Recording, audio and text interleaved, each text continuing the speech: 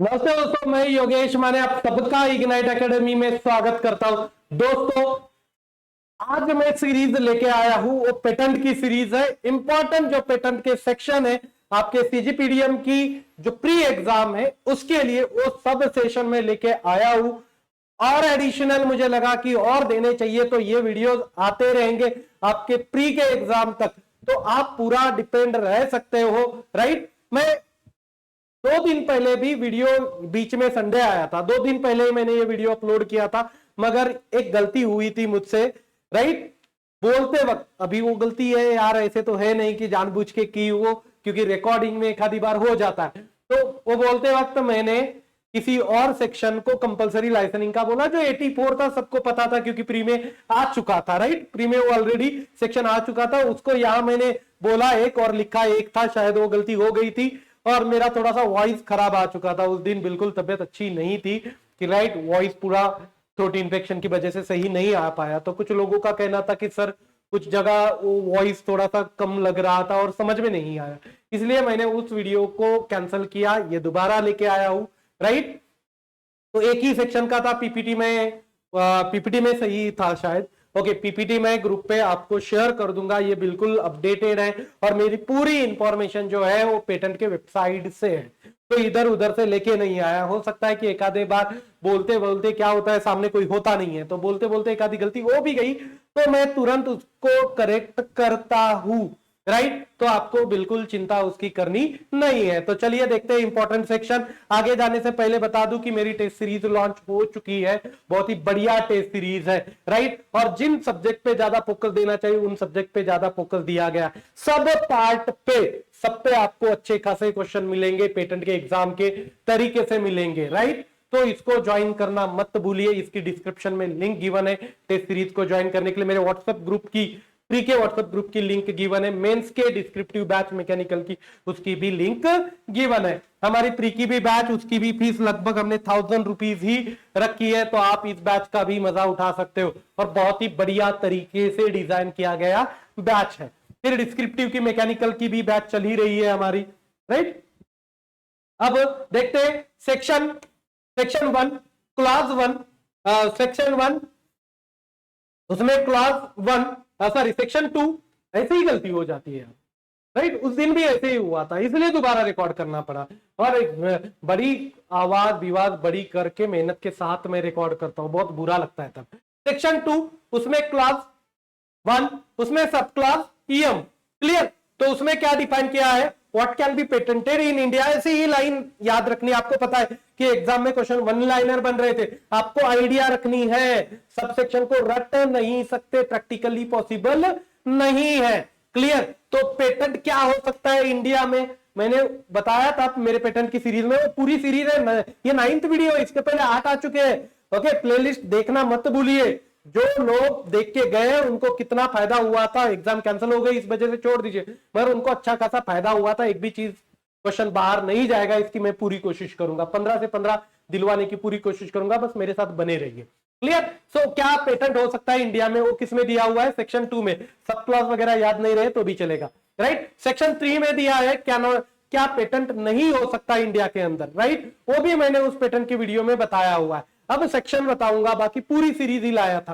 Clear, फिर उसके बाद में 6 to 11, ये जो है 6, 7, 8, 9, 10 एंड 11, इनमें क्या दिया है, पेटेंट की एप्लीकेशन प्रोसीजर क्या होती है। याद रखिए, इतना ही लाइन याद रखिए नहीं यार, 6 to 11 पेटेंट के एप्लीकेशन प्रोसीजर से रिलेटेड है, तो ऑप्शन इलिमिनेट करके सब कर सकते हो। आगे मैंने सेक्शंस वैसे रखे हुए हैं, मगर याद रखिए ये ब्रॉडर में याद रखना है, 6 to 11 तो सब चीजें पॉसिबल होती है। अब जैसे कि अब 7th पूरा याद रखना पॉसिबल था, मगर हमें पता है 6 to 11 में एप्लीकेशन प्रोसीजर के रिगार्डिंग दिया है, तो 7th में क्या बताया कि पेटेंट के एप्लीकेशन में क्या क्या होना चाहिए, जैसे कि टाइटल, एब्स्ट्रैक्ट होना चाहिए, डिस्क्रिप्शन उस इन्वेंशन का, और ड्राइंग इफ नेसेसरी, ड्राइंग वो भी होनी चाहिए। क्लियर है, ओके, तो ये आपको पेटेंट के एप्लीकेशन फॉर्म में होना चाहिए। फिर उसके बाद में सेक्शन 10 में क्या होना चाहिए, फिलिंग की, पेटेंट एप्लीकेशन फॉर्म जो है उसकी फिलिंग की प्रोसीजर 10 में होनी चाहिए। इसमें कहीं गड़बड़ नहीं हुई थी, एक में ही गड़बड़ हुई थी, आगे बता दूंगा मैं आपको। Okay, filling of patent application. Clear, patent application form को फिल करने की प्रोसीजर उसमें बता रखी है। फिर उसके बाद में सेक्शन 25, ओके, उन्होंने क्या बोला है, section outline the procedure and ground for third party to oppose the grant of a patent. क्या होता है कि आपने पेटेंट कहीं फाइल कर रहे हो, तो आपके पेटेंट को किसी को अपोज करना है। क्यों अपोज करेगा भाई? इसीलिए अपोज करेगा कि कॉन्फ्लिक्ट ऑफ इंटरेस्ट बोलना सही नहीं है, मगर हो सकता है कि मैंने उस चीज पे पहले ही काम किया था और मेरा पेटेंट उस पर फाइल था। तो क्या होता है, मेरे खुद के 2 पेटेंट पब्लिश है, ये पेटेंट को पब्लिश किया जाता है। जब पब्लिश कर रहे हो आप, तो आप अपोज कर सकते हो, राइट? ओपन डोमेन में पब्लिश किया जाता है। क्लियर? कि लोगों का कोई ऑब्जेक्शन हो तो वो ऑब्जेक्शन ले। क्लियर? फिर आप उस तरह से बता सकते हो कि यार ये तो मेरा भी काम था, इसने चुरा लिया, ये अपना भी पेटेंट फाइल कर रहा है, तो उसके अगेंस्ट सूट फाइल किया जा सकता है। क्लियर? वो आर्टिकल सेक्शन 25 में बताया है।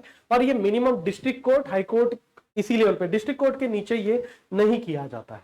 क्लियर? फिर उसके बाद में सेक्शन 43 में ग्रांटिंग, जो पेटेंट की ग्रांटिंग है उसकी प्रोसीजर के रिगार्डिंग बात की गई। आपको बस इतना ही याद रखना है, 43 में ग्रांटिंग ऑफ द पेटेंट। फिर पेटेंटीज के राइट, वो पेटेंटीज के राइट किसमें बताए हैं? आर्टिकल सेक्शन 48, 63, 70 और 104। यहां तक कोई चेंज नहीं था हमारा। क्लियर? पेटेंटी के राइट सेक्शन 48, 63, 70 और 104 में बताए रखे कि पेटेंटी जो है, जिसने पेटेंट फाइल किया है, उसको क्या क्या मिलने वाला है, उसके क्या क्या राइट्स होंगे। That is the question. वो कॉमन सेंस से भी आप पता कर सकते हो कि क्या क्या मिल सकता है यार पेटेंटी को। फिर उसके बाद में सेक्शन 48, राइट? इसमें क्या बताया कि जो पेटेंटी है, जिसने पेटेंट फाइल किया है, उसके एक्सक्लूसिव राइट क्या होंगे, प्रिविलेज उसको क्या क्या मिलेंगे। जैसे कि exclusive right upon the patentee to exclude third party from making, मतलब किसी और थर्ड पार्टी को making, importing, using, offering for sale, selling the patent invention. मतलब कोई थर्ड पार्टी आपके परमिशन की बिना आपका पेटेंट इंपोर्ट नहीं कर सकती, किसी को सेल नहीं कर सकती, कि उसका यूज नहीं कर सकती।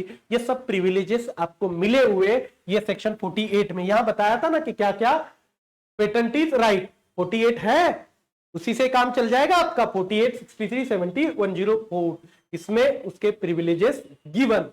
तो प्रिविलेजेस से रिलेटेड आपको ऑप्शन दिखाई दिया, इनमें से कोई सेक्शन होगा टिक, राइट? आगे हाँ, 63 क्या है? Allow the patentee to surrender the patent, right? Allow the patentee to surrender the patent. आपका पेटेंट है, आप सरेंडर करना चाहते हो, तो आप कंट्रोलर को बोलिए कि मैं पेटेंट को सरेंडर करना चाहता हूं। ये किसके तहत होगा? तो ये सेक्शन 63 के तहत होगा, टू सरेंडर द पेटेंट।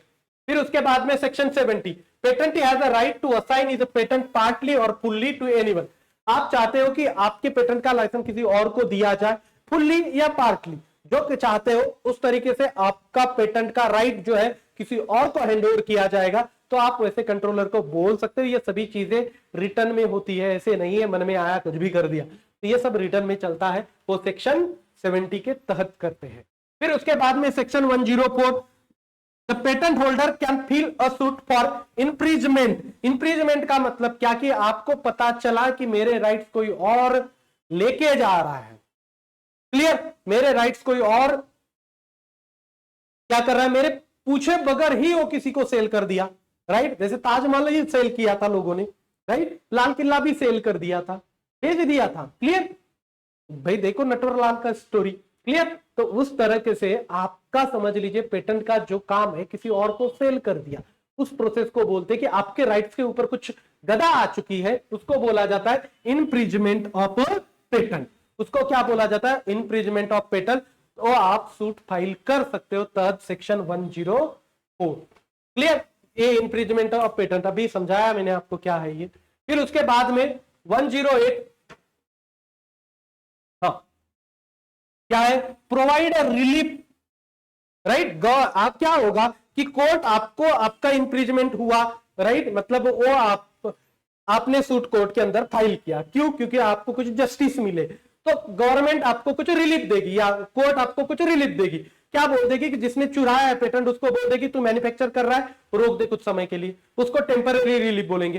फिर पूरा केस वगैरह खत्म होने के बाद फाइनल जजमेंट आएगी, उसमें एक परमानेंट रिलीफ दिया जाएगा कि भाई नहीं, ये इसी का पेटेंट था, तूने चुरा लिया है, अब इसके आगे तू इसको मैन्युफैक्चर नहीं करेगा, राइट? इसका कुछ लॉस हुआ है तो उसको पैसे रिटर्न करेगा, डैमेजेस को रिकवर कर लेगा, राइट? इसको बोला जाता है रिलीफ प्रोवाइड करना, और ये सेक्शन 108 के तहत किया जाता है।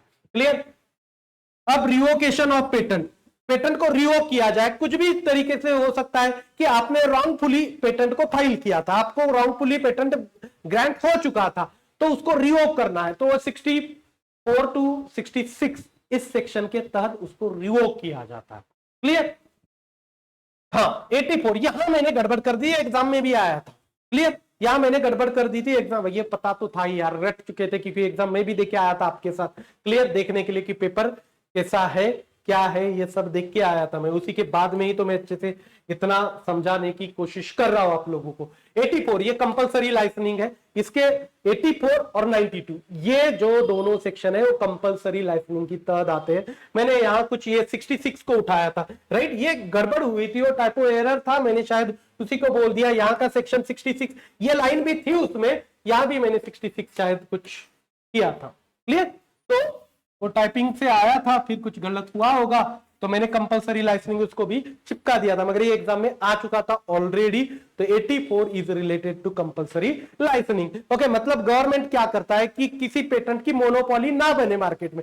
जैसे कोविड की वैक्सीन बनाई हुई है, एक ही ने बनाई थी, राइट, जैसे पूनावाला साहब ने पेटेंट की वैक्सीन बनाई थी। क्लियर? अब गवर्नमेंट उनको क्या करेगा कि जो उन्होंने पेटेंट फाइल कर दिया तो उनकी मोनोपोली बने रहेगी, मगर डिमांड ज्यादा है, हम क्या चाहते हैं कि सभी लोग बचे रहे, इसीलिए ज्यादा लोग उसको मैन्युफैक्चर करें, तो उस टाइम पेटेंट को कंपलसरी लाइसेंसिंग के तहत बाकी लोगों को भी दिया जा सकता है।